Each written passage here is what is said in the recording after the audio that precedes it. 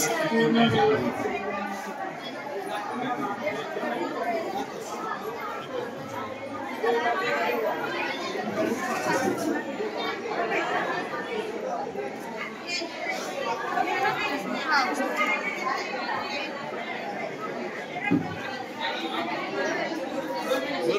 का तुमचं पाहिलं?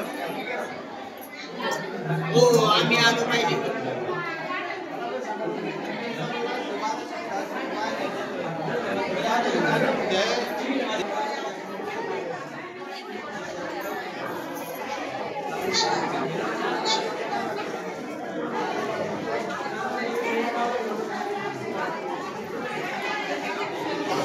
विभाग महाराष्ट्र शासन आणि आरोग्य विभाग पुणे जिल्हा परिषद पुणे यांच्या मार्फत 17 सप्टेंबर ते 2 ऑक्टोबर या कालावधीमध्ये नवरात्राचे निमित्त साधून स्त्रियांच्या आरोग्यविषयक तपासणीसाठी स्वस्थ नारी सशक्त परिवार हा उपक्रम शासनाने चालू केलेला आहे।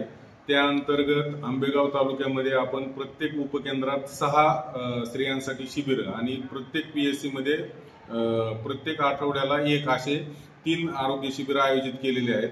आतापर्यंत आपले जवळपास 180 शिबिर पूर्ण झालेले आहेत।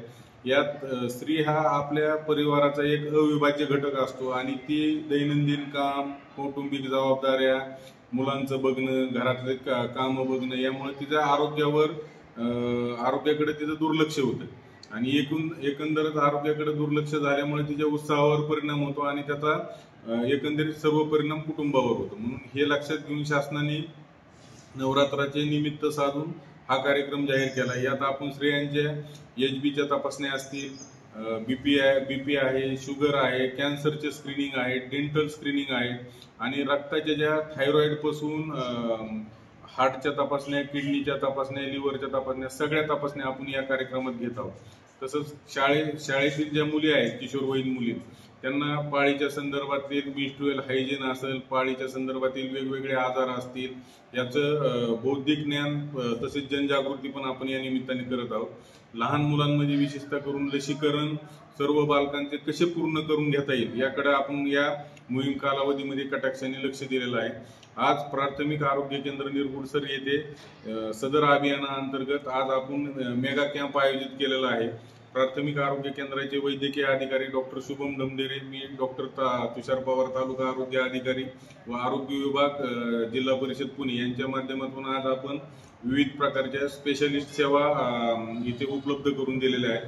त्यात आपल्याकडे स्पेशलिस्ट रक्त तपासण्यांसाठी 5 क्रिबेटोलॉजिस्ट आलेले आहेत, जे रक्ताचं संकलन करून महालॅब म्हणून जी गव्हर्नमेंटची टाईप संस्था आहे तिथे रक्त तपासायला नेऊन आपल्याला प्रिंटेड रिपोर्ट मिळणार आहेत। यात आपल्या कॅन्सर मार्कर टेस्ट आहे, सिकल सेलची टेस्ट आहे, थायरॉइडची टेस्ट आहे, लिव्हर फंक्शनिंग टेस्ट आहेत, रेनल फंक्शनिंग टेस्ट आहेत आणि कार्डियक टेस्ट आहेत।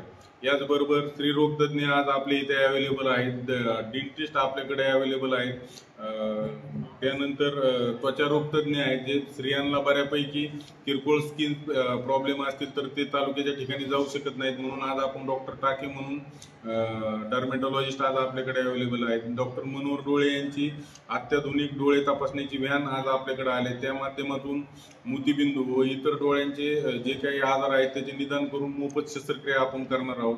तसेच या शिबिरातनं जे काही पेशंट निघतील त्या पेशंटला पुढील फॉलोअप आणि हे सर्व गव्हर्नमेंट तर्फे मोफत राहणार आहेत।